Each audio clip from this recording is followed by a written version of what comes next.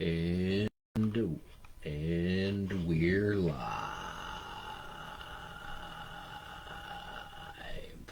Welcome back. I'm Pastor Doug. Rowan is joining us shortly. Tonight we are continuing our Advent-ure in Luke. We're reading Luke chapter 20. So, yeah, let's... Apparently my glasses are not in here. Can you see them? Oh, there they are. Very good. Very good. Sweet. Okay. Luke chapter 20. One day, as Jesus was teaching the people in the temple courts and proclaiming the good news, the chief priests and teachers of the law, together with the elders, came up to him. "Tell us by what authority you're doing these things," they said. "Who gives you this authority?" He replied, I will also ask you a question. Tell me, John's baptism, was it from heaven or human origin?" They discussed it among themselves and said, "If we say from heaven, he will ask, 'Why didn't you believe him?' But if we say of human origin, all the people will stone us, because they are persuaded that John was a prophet." So they answered, "We don't know where it was from." Jesus said, "Neither will I tell you by what authority I'm doing these things." He went on to tell the people a parable. A man planted a vineyard, rented it to some farmers, and went away for a long time. At harvest time, he sent a servant to the tenants, so they would give him some fruit from the vineyard. But the tenants beat him and sent him away empty-handed. He sent another servant, but that one also they beat, treated shamefully, and sent away empty-handed. He sent still a third. They wounded him and threw him out. Then the owner of the vineyard said, "What shall I do? I will send my son, whom I love. Perhaps they will respect him." But the tenants saw him. They talked the matter over. "This is the heir," they said. "Let's kill him, and the inheritance will be ours." So they threw him out of the vineyard and killed him. What then will the owner of the vineyard do to them? He will come and kill those tenants and give the vineyard to others. When the people heard this, they said, "God forbid." Jesus looked directly at them and asked, "Then what is the meaning of that which is written? The stone the builders rejected became the cornerstone. Everyone who falls on that stone will be broken to pieces. Anyone on whom it falls will be crushed." The teachers of the law and the chief priests looked for a way to arrest him immediately, because they knew he had spoken the parable against them, but they were afraid of the people. Keeping a close watch on him, they sent spies who pretended to be sincere. They hoped to catch Jesus in something he said, so that they might hand him over to the power and authority of the governor. So the spies questioned him, "Teacher, we know that you speak and teach what is right, and that you do not show partiality, but teach the way of God in accordance with truth. Is it right for us to pay taxes to Caesar or not?" He saw their duplicity, and he said to them, "Show me a denarius. Whose image and inscription are on it?" "Caesar's," they replied. He said to them, "Then give back to Caesar what is Caesar's, and to God what is God's." And they were unable to trap him in what he had said. And he had said there in public, and astonished by his answer, they became quiet. Some of the Sadducees, who say there is no resurrection, came to Jesus with a question. "Teacher," they said, "Moses wrote for us that if a man's brother dies and leaves a wife but no children, the man must marry the widow and raise up offspring for his brother. Now there were 7 brothers. The first one married a woman and died childless.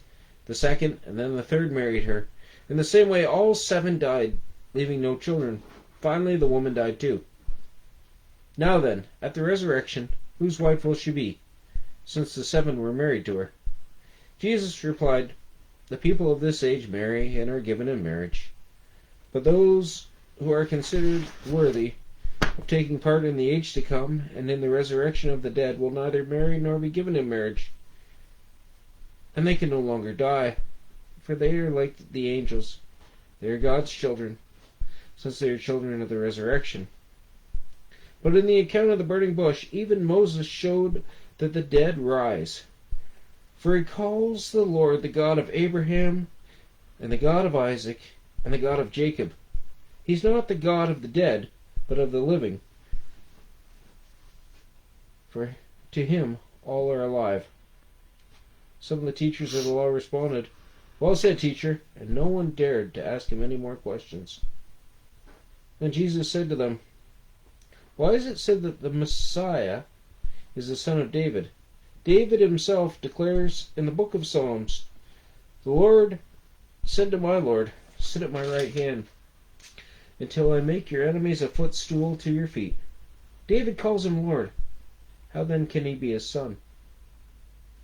While all the people were listening, Jesus said to his disciples, "Beware of the teachers of the law. They like to walk around in flowing robes and love to be greeted with respect in the marketplace and have the most important seats in the synagogues and the places of honor at banquets. They devour the widows' houses and for show make lengthy prayers. These men will be punished most severely."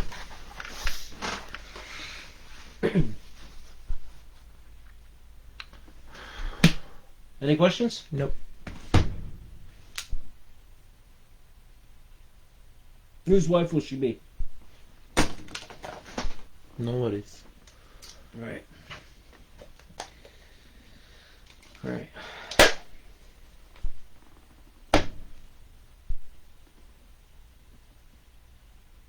don't know why I've never used that passage before. Yeah. Like, people ask me questions like that all the time, and I'm always like, I don't think it matters. Because what matters is Jesus and the resurrection. But I mean, Jesus lays it out really plainly there. Yeah. And so next time when somebody in Bible study asks me that question about their, husband that's passed away or something, I can go, well, you think we're never going to do Bible study again? You said we were gonna start it like last year around this time. Yeah, we were planning on it. And It got busy because it's Christmas time. But we'll do it probably in the winter. We'll restart. I mean, we're doing this right now. And we're doing Kids Club. And we're doing a lot. And what night would we do it right now? Let's see. We have Mondays. We have Wednesdays. We have Thursdays. No, Thursdays we do music. No, we have Monday, Wednesday, Friday, Saturday. So I'm just supposed to do something every night. That's half the week. That's over half the week. Friday I write. Okay. I gotta write the sermon for Friday. Saturday I gotta edit the sermon. So those nights are out. Okay, so then we have Monday and Wednesday. And I'm not allowed to have any time off.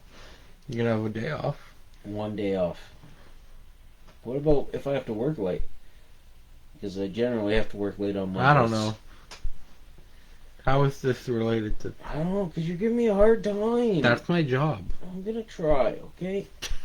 And it'll probably be Monday nights, but it's not starting this week. Let's get through Christmas, okay? Sure.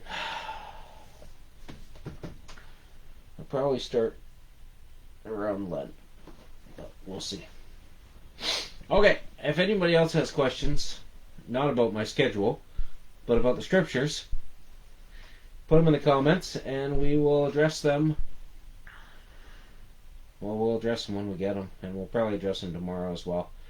Other than that, we'll see you Saturday for a free meal. We'll see you Sunday, and we'll see you tomorrow evening at 8:30 as we continue our Advent-ure in Luke. Goodbye.